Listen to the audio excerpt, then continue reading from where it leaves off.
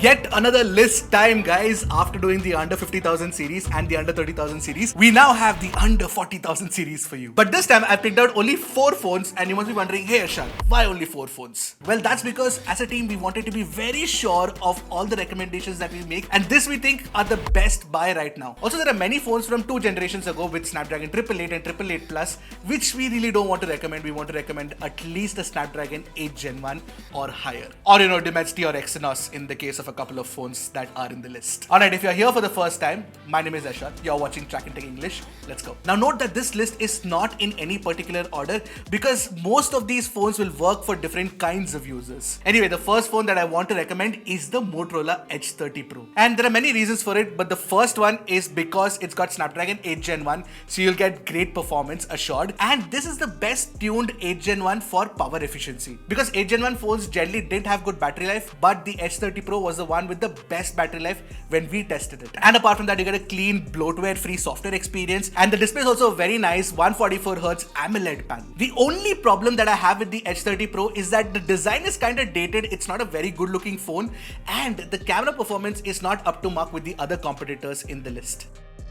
By the way, if you're considering buying the Motorola Edge 30 Pro, it's available in the product buying link on YouTube. You can go and check it out from there. Alright, my second recommendation is back to form, OnePlus. Yes, it's the OnePlus 11R. Now this phone comes with the most powerful chip on a phone under Rs 40,000, which is the Snapdragon 8 Plus Gen 1. You get a bright 120Hz AMOLED display with variable refresh rate as well. The phone is of course great for gaming because OnePlus has improved the cooling chamber, but more importantly, the battery life on the OnePlus 11R is very, very good. I'm easily getting close to 1.5 days of battery from the phone, and a lot of users seem to be agreeing with that as well. And it's got the same IMX890 sensor for the primary camera, which was also used on the OnePlus 11. Now this sensor is tuned slightly differently. It's not the best in terms of performance, but it's very sharp, and especially in low light you get very good performance. And we already have a camera comparison of the 11R with another phone in this list. If you haven't watched that yet, go check it out. And most importantly, the 11R comes with the fastest charging brick inside the box as far as the phones in this list are concerned, and it's a 100-watt charging brick. But then what's the problem, you ask me? The selfie camera performance is not great, and then it's got an ultra wide and a 2-megapixel macro. So yeah, and that performance is also not very good. But otherwise, I have recommended the 11R to a lot of folks, and I see a lot of folks also using it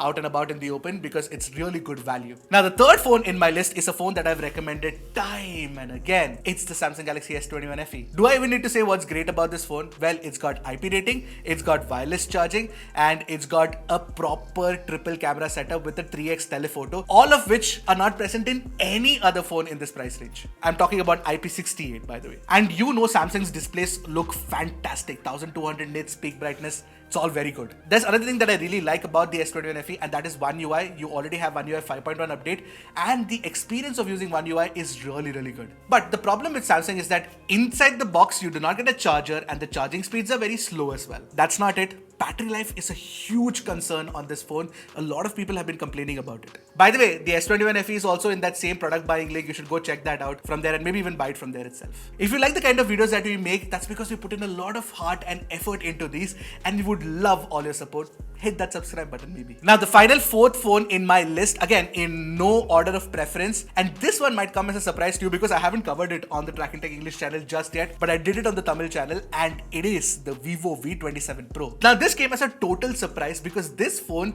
is first of all a looker, just 7.4mm thickness, very light, under 200 grams, and it has a curved display as well. That's not it. The rear primary camera takes great portraits, and there's some wedding photography mode, but it does a good job. Actually, we took a couple of photos and it does look good. And apart from that, you also get a 50-megapixel primary front camera with 4K 30fps video recording, and the quality of that front camera, the kind of pictures that you get from it, superb, top class. And you also get an 80-watt fast charger in the box which charges at 66-watt speeds, which is very good. The problem with the V27 Pro is that while FunTouchOS does get regular updates, it's not a very refined operating system experience. Now the second con for some folks might be, and I don't think this is a big con, is that some might think that this is actually kind of expensive, but then again, if you factor in the cost plus the credit card offers that you get it at a very good price, considering the fact that you also do get a competent Dimensity 8200 chip inside it. Honestly, this is the very first time that Vivo has impressed me with the V series so much. I think I should do a full video on the V27 Pro, maybe even compare the cameras against the OnePlus 11R. What do you guys think? Let me know in the comment section below. So that's it, guys. I wanted to keep this video short, and this video is that short.